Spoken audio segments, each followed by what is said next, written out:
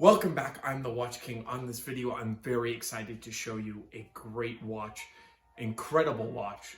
They didn't make a lot of these, so without further ado, let's hop into it, see the history about this watch and why it is so important. Jumping right into it, this is the incredible watch. This has been a journey for me. This is my favorite, I guess you can call 70s Rolex. Forget about the date age, that is the date just. This is my favorite date just of all time. I'll go on record and say that. The reference 1630. This is considered a date just, not an Oysterquartz.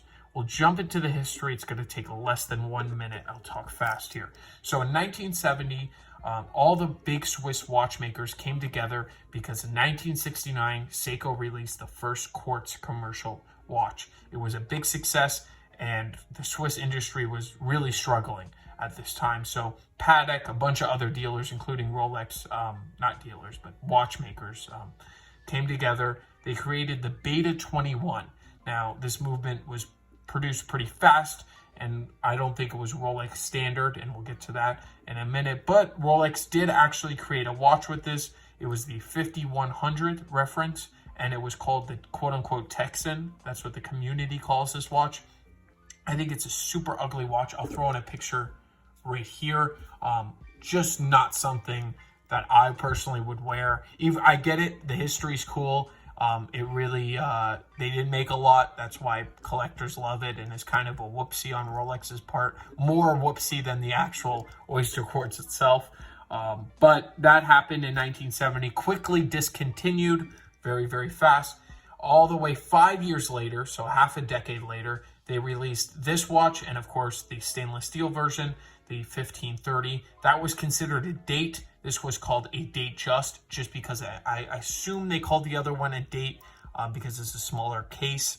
That's the only thing that I'm thinking of, because they both have the same movement inside. The 1570, which is a workhorse by itself, really great movement in such as like the Submariner, date just, regular, anything you can think of that just had a date, that movement was in the movement that's in here. So they did that. This ran from 75 all the way through 78. And in 77, they created the, of course, famous Oysterquartz. That's when the first examples came out. They created that with a lot more lines. They had the date line, they had the date just with the fluted, the date just with the smooth. They just had a ton of different references in that range. And that range lasted all the way through 2001. So in their catalog, so it really did run for a long time there. This ran very short period of time. We're talking 3 years, from 75 to 78. Jumping into this exact example, there's a few things that you might have noticed when I was going over the history. Number one is this bracelet does not have a gold center link. That is something that these watches did have.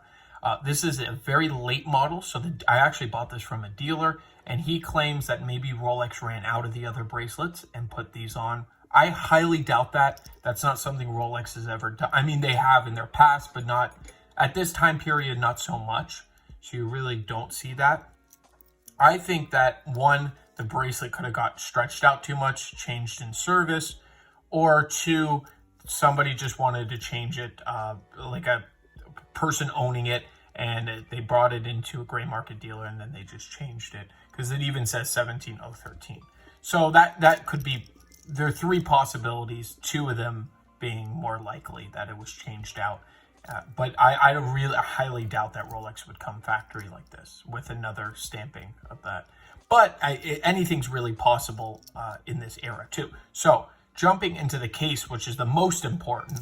Yes, it's an integrated bracelet, but the case, the movement, all that is the most important. So I was fixated on this dial. I didn't understand why this had diamonds, and it's the only one recorded with diamonds. I thought that was kind of strange. I was trying to figure out if they're factory or not. And I'm going to bring you in, and I want you to tell me before I reveal the answer, do you think this is factory or not? So let me bring you in for magnification. Now that we're very close and personal with this watch, I want you to note a few things that I look for in factory watches to determine if the dials are factory or the hands. Number one, I look at the lume, the patina, and it matches perfectly. Now, the lighting might make it seem a little bit different, but in real life, it matches exactly with the hands. So that's a big thing with dials, especially from this era. These are tritium dials, so they will patina, and oftentimes it's very different than the patina of another watch. So if it's together, then it does patina the same. You'll notice one thing too, the Swiss T is exactly how it's supposed to be. There's just something there. That's not the, right on that other T, that's just a dust on the outside here, or whatever the fluff is. But it is correct, exactly. The text printing is super sharp. Even the diamond setting is something on par from the era. It matches perfectly with the hour markers there. So originally I'm like, wow, maybe this was made for a special client. It's possible. They've done stuff like that before, as you can see right there, matches. The one other red flag I've never seen is the baguettes being tapered like that. As you can see, closer to the dial, they get slimmer.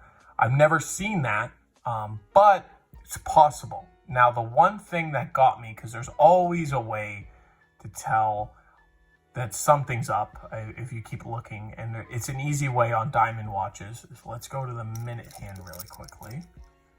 So the minute hand's fine, and then we turn it on its side. So you see how it bends up? That is, they bend it up so it can clear the diamonds. So that's something that Rolex, I don't think Rolex would ever produce something from their factory where they would bend the actual minute hand up so it could fit on their watch. They would make sure that minute hand could clear those diamonds without doing that. It's just something that Rolex would never do. And any respecting watch brand would not do that. So that's the huge giveaway with this dial. I still think it's a factory dial and somebody added diamonds. So I would love to meet the person who added diamonds to this dial, because they have done an incredible job. I've never seen a job like that. So unfortunately, I think it was an original dial that they added diamonds to, so it doesn't make it factory anymore. That is unfortunate. I wish that people would just do it to an aftermarket one and then keep the original on the side. That's what I always recommend to my clients, but I couldn't go back in time and change that. You let me know though, do you think it is a factory dial that has been changed to this diamond marker dial, or do you think somebody did an incredible job? And when I mean incredible recreation of this dial, the text, the lume matches perfectly with those set of hands, so they would have to match the lume up and everything. But I would love to know your opinions down below. Please let me know. The case, though, there's no issues here. We got the crown, twin lock crown, original. I don't want to show you the serial number, but if you flip this case over, let me make sure I don't show that on accident. It's right over here. Okay. But I will show you. Let's get it up close here. Just says the reference number right there, 1630. A Rolex design, I believe it says. Just getting it in focus. Yeah. Cover up the serial. They actually print, or not, they engrave the serial numbers on the outside of the case. So that's why I want to be a little bit careful here, because you don't want to expose that, because when people make fakes, they use real serial numbers. So also under the hood is an incredible movement. It's the 1570. They use that the whole time for these models, because that was what was available. That was the big watch at the time.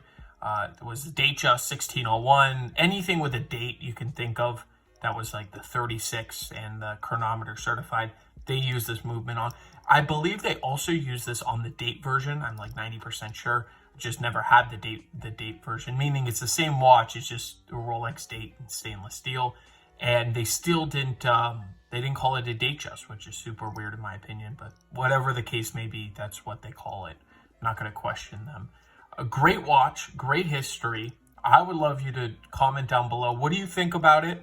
Would you rock one of these, even in the state it's in, with the different bracelet and the dial? The dial's grown on me a lot, and I respect whoever did this dial. If it is aftermarket, it is incredible. And even if it's not aftermarket and somebody added diamonds, they've done a great job with this dial, because without the hand being like that, I would almost not know. It's kind of crazy. And he even took it to my watchmaker, and right away he noticed the hand. But I would not know what he would say if he did not notice that a minute hand bent like that. I just want to thank everybody for watching. I will definitely love to hear. It's going to be a controversial one in the comment section below. So if you have any questions about this or any other watch, my email, you can reach me directly down below. Thank you all, and I will catch you in the next one. Have a great day.